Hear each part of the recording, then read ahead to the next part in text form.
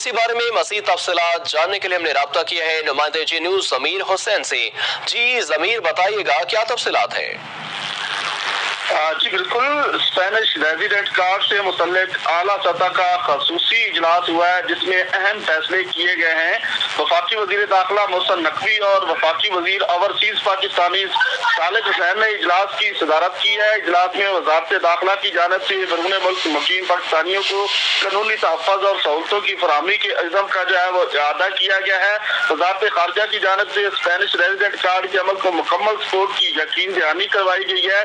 इस इजलास में स्पेन के सफीर डॉक्टर जहूर अहमद, कौंसल जनरल बार्सिलोना और कम्युनिटी वेलफेयर अताशी की बजरिया जूम जो है आज के इजलास में उन्होंने शिरकत की है। इजलास में वजीर मुमलकत दाखिला तलाल चौधरी, सेक्रेटरी दाखिला, secretary overseas Pakistani, additional secretary दाखिला, चेयरमैन नादरा, DG FIA और DG पासपोर्ट समेत आला हुकाम ने जो है वो शिरकत की है।